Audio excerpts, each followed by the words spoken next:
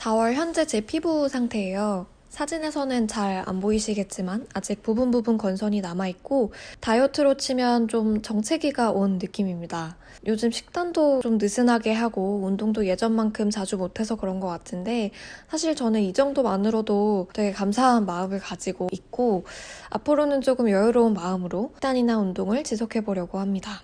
지난 영상에서는 건선의 의외로 나쁜 음식 5가지를 소개했는데 오늘은 반대로 건선의 좋은 음식, 제가 많이 먹었던 음식을 소개하려고 해요. 사실 평소에 다들 몸에 좋다고 하는 음식들이어서 뻔하게 들리실 수도 있는데 왜 건선에 좋은지도 함께 설명해 드릴게요. 앞으로 소개하는 음식들은 조금 마음 편하게 드시면 될 것 같고 음식마다 가지고 있는 영양소들이 조금씩 다르니까요. 좋다는 거 하나만 계속 드시지 마시고 이것저것 골고루 적당량으로 드시는 걸 추천합니다. 첫 번째는 채소인데 그 중에서도 녹색잎 채소예요. 녹색잎 채소에는 몸속의 만성염증을 줄여주는 요소가 풍부하다고 합니다. 장 건강에 도움을 주는 식이섬유는 많고 반대로 지방질은 적고요. 엽산이나 비타민C, 비타민K, 마그네슘, 칼륨과 같은 무기질이 풍부해요. 그래서 녹색잎 채소는 대표적인 항산화 식품이라고 하는데 항산화 물질의 한 종류인 베타카로틴이나 루테인을 많이 가지고 있다고 합니다. 오늘 영상에서는 이 항산화 식품이 왜 중요한지 말씀드리려고 해요. 우리 몸에서는 에너지를 생성하는 과정에서 활성산소라는 게 만들어지는데 적당히 있으면 좋은 영향을 끼치지만 이게 과도하게 생성되거나 활성산소를 억제하는 기능이 떨어지면 산화 스트레스라는 게 일어나고 결과적으로 세포의 유전자에 영향을 끼치면서 면역력이 떨어지고 질병과 노화를 일으킨다고 합니다. 체내 활성산소 과잉이 만성염증이나 자가면역 질환과 관련이 있다는 연구도 있어요. 그래서 이 활성산소의 과도한 생성을 줄여줄 수 있는 게 항산화 물질입니다. 녹색잎 채소에도 풍부하게 들어있고 물론 다른 색의 채소도 항산화 물질을 많이 포함하고 있습니다. 반대로 정크나 인스턴트 식품은 산화 스트레스를 유발하는 요인 중 하나라고 해요. 저도 혼자서 밥을 먹거나 밖에서 식사하다 보면 생각보다 정크나 인스턴트 식품을 많이 먹고 채소는 별로 안 먹더라고요. 특히 직장인분들은 점심시간에 밥 먹으러 나가서 제육볶음이나 돈가스, 분식 이런 것들을 먹다 보면 초록색 풀의 섭취량이 상대적으로 적다는 거를 느끼실 거예요. 그래서 저는 가능한 집에서 먹을 때 혹은 선택권이 있을 때는 녹색잎 채소를 많이 먹었습니다. 제일 간단하게는 집에서 샐러드를 만들거나 사 먹었어요. 마트에서 샐러드 믹스를 사셔도 되는데 바로 섭취해도 되는 샐러드는 화학약품으로 세척한 거라는 얘기를 들어서 세척이 안 된 샐러드를 사고요. 가끔 루꼴라나 비타민, 엔다이브, 바질과 같이 좀 이색적인 야채로 샐러드를 만드시면은 자주 먹어도 질리지 않더라고요. 시판 샐러드 소스는 우유나 계란 미리 들어있을 수도 있어서 저는 올리브유랑 레몬즙, 발사믹 소스를 따로 사서 뿌려 먹고 가끔씩 바질잎이나 두부로 소스를 만들어서 먹기도 했습니다. 그냥 풀만 먹으면 좀 밍밍하니까 다양한 과일이나 아보카도, 비건 치즈, 견과류, 올리브를 다양하게 얹어서 먹는 편이에요. 아니면 현미밥이나 잡곡밥에 쌈도 많이 싸먹었어요. 마트에 가면 보이는 다양한 종류의 상추와 깻잎뿐만 아니라 호박잎이나 피마자 잎을 쪄서 쌈으로 먹고 사실 맛있는 강된장만 있으면 한 끼를 든든하게 해결할 수 있더라고요.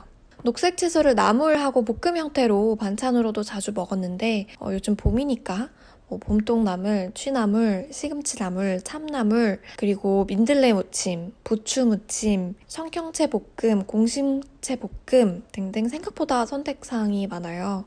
채소를 반찬으로 만들어 놓으면 며칠 한 2, 3일 정도 두고두고 먹을 수 있어서 좋더라고요. 나물이나 야채 볶음을 어떤 채소로 만들어야 하는지 감이 안 오시는 분들은 마켓컬리 같은 온라인 쇼핑몰에서 채소 카테고리를 살펴보시면 쉽게 찾으실 수 있을 거예요. 채소로 밥이랑 국도 많이 해먹었어요. 저는 곤드레밥도 좋아하고 시래기밥도 해먹고 나물을 넣어서 비빔밥도 해먹고 그리고 국으로는 시래기국, 아욱국, 배추국 등등 겨울에는 야채로 국을 주로 많이 해먹었습니다. 녹색잎 채소의 이런 다양한 요리법들은 제가 차차 영상으로도 올려보도록 하겠습니다.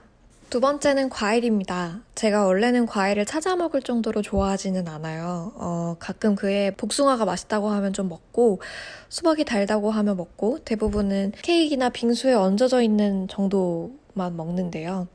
건서 때문에 식단을 시작하고 간식 먹을 게 줄어들다 보니까 단 게 먹고 싶어서 과일을 먹기 시작했어요. 과일도 채소와 마찬가지로 비타민C, E, 리코펜과 같은 항산화 요소와 식이섬유가 풍부하게 들어있습니다. 식이섬유가 건선에 좋은 이유는 먼저 식이섬유가 장내 유해균의 먹이이기 때문이에요. 장 속의 유익균 수는 늘리고 유해균 수는 줄여서 장을 건강하게 유지하는 데 도움을 주고요. 유익균이 식이섬유를 소비할 때 대사부산물로 짧은 사슬 지방산이라는 게 생깁니다.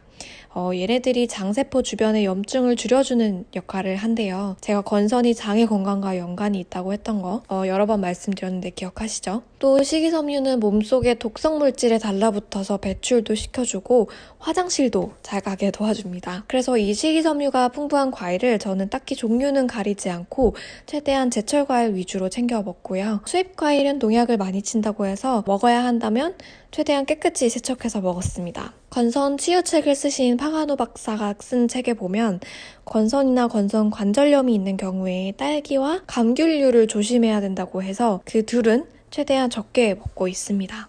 세 번째는 현미입니다. 제가 위에 영상에서 백미를 피해야 할 음식으로 말씀드렸었죠. 안 보신 분들을 위해서 간단히 말씀을 드리면 현미가 백미에 비해서 단백질이나 무기질, 섬유질 함량이 훨씬 높고 그래서 영양소 섭취 차원에서도 훨씬 좋고요. 섭취 후에 혈당 수치를 급격하게 높이지 않기 때문에 염증에도 도움이 된다는 얘기였습니다. 저는 그래서 집에서 밥을 먹을 때는 항상 백미 대신에 현미를 먹고 있습니다. 현미로 처음 밥을 해보시는 분들은 쌀이 되게 거칠어서 먹기 힘들다고 느끼실 수도 있는데요. 백미보다 더 오래 불려야 하고요. 그래도 일반 현미가 먹기 힘드신 분들은 찰 현미를 시도해 보시거나 현미와 백미의 중간 정도로 쌀 겨층을 도정한 5분 도미나 7분 도미로 시작해 보시면 어떨까 합니다. 저희 가족은 현미를 먹은 지가 오래돼서 그냥 일반 현미와 찰현미를 섞어서 먹고 여러 가지 콩이나 팥 그리고 가끔 조, 수수, 기장도 섞어서 밥을 하고 있습니다.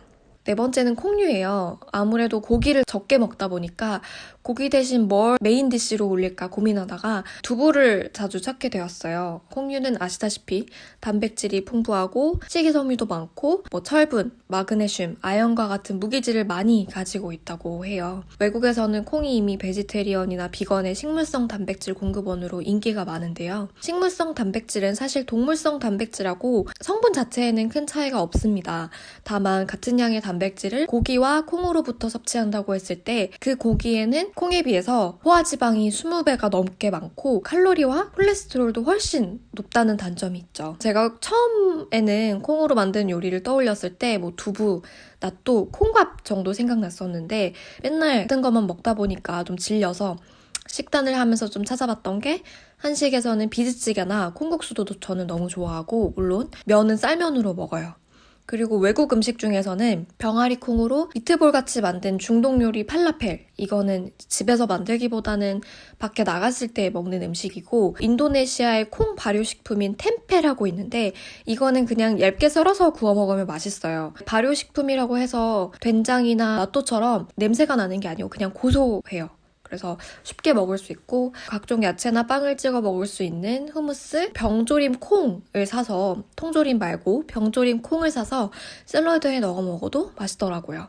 요즘에는 완두콩으로 만든 대체육도 많이 나오는 추세예요. 그래서 마켓컬리만 보시더라도 비건, 불고기 이런 것들이 좀 있거든요. 다만 대두는 알러지 유발식품이니까 알러지 검사를 받아보시거나 많이 드셨을 때 뭔가 몸에 안 맞는지 잘 판단해보시고 식단에 포함시키시면 좋을 것 같습니다. 다섯 번째는 해조류입니다. 해조류는 바다의 채소라고 하죠. 흔히들 아시는 대로 저칼로리 저지방 식품인데 은근히 단백질이 많아요. 김으로 보면 김 100g당 단백질이 40% 가까이 들어있다고 하는데 콩과 비슷한 비율이라고 해요. 해조류도 채소와 과일과 유사하게 활성산소를 줄여주기 때문에 염증에 좋은 음식이고 식이섬유가 많아서 장에도 좋은 음식이에요. 그 해조류의 끈적거리는 점액 성질이 몸속에 독소를 배출시키는 역할도 한다고 해요. 그리고 무기질 중에서는 갑상선에 좋은 요오드가 많습니다. 해조류에는 미역, 다시마, 톳, 김, 우뭇가사리, 파래 이런 게 포함되어 있는데 저희 가족은 부모님이 두 분 다 부산 분이셔서 해조류를 되게 자주 먹어요. 미역은 미역국으로도 먹는데 그냥 염장미역? 그냥 생으로 밥에 싸먹기도 하고요. 다시마도 그렇고 톱밥도 가끔 해먹고 여름 되면은 우뭇가사리, 우무 무침도 자주 해먹어요. 미역이랑 파래는 무침으로도 해먹고 김은 조미가 안 된 김을 사서 집에서 구워서 간장에 찍어 먹고 있습니다. 마지막으로는 물이에요. 물이 건강에 좋다는 얘기는 많이 들어보셨을 건데요. 몸속의 노폐물을 배출하고 체온이나 심장박동수, 혈압을 조절해준다 등등 효능이 엄청 많죠. 제가 생각하기에 건선의 유의미한 효능 중 하나는 물이 산소와 음식으로 섭취한 영양소를 세포까지 잘 운반하는 데 중요한 역할을 한다는 겁니다. 항산화식품을 마음껏 먹어도 수분 섭취가 부족하면 세포까지 전달이 잘 안 될 수도 있다는 얘기니까요. 두 번째는 물이 체액 중 하나인 림프액의 양을 늘려준다는 겁니다. 이 림프액이 부족하면 자가면역 질환 환자들에게서 염증성 증상이 더 쉽게 나타난다고 해요.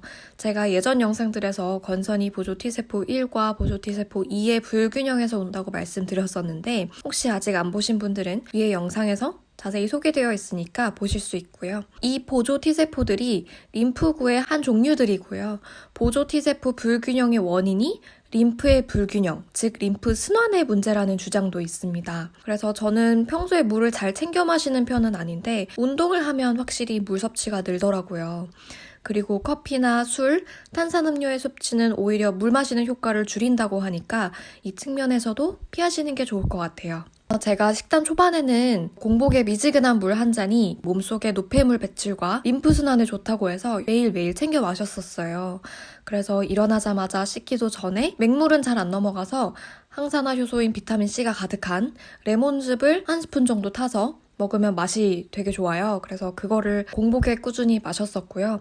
요즘에는 매일 마시진 않는데 언제 한번 공복 레몬물 30일 챌린지 이런 거를 할까 봐요. 뭔가 항상 강제성이 있어야 더 열심히 하는 것 같습니다. 오늘은 여기까지 건선에 좋은 음식들을 소개했습니다. 지난번에도 말씀드렸지만 건선에 좋다는 걸 챙겨 먹는 것보다는 안 좋은 걸 안 먹는 게 더 효과적인 것 같아요. 그래도 이것저것 다 안 먹으면 대체 뭘 먹냐라는 궁금증이 있으실 것 같아서 제가 많이 먹었던 그리고 도움을 받았던 음식들을 오늘 소개했었고요. 그래도 오늘 말씀드린 것들은 이제 전반적으로 몸의 염증을 줄이고 장의 건강을 챙기는 차원에서 먹으면 좋은 것들이니까요. 다음번에는 제가 여기에서 나열한 음식들로 평소에 어떻게 요리해 먹는지도 영상으로 공유해 보도록 하겠습니다. 그럼 오늘 영상도 끝까지 시청해 주셔서 감사합니다.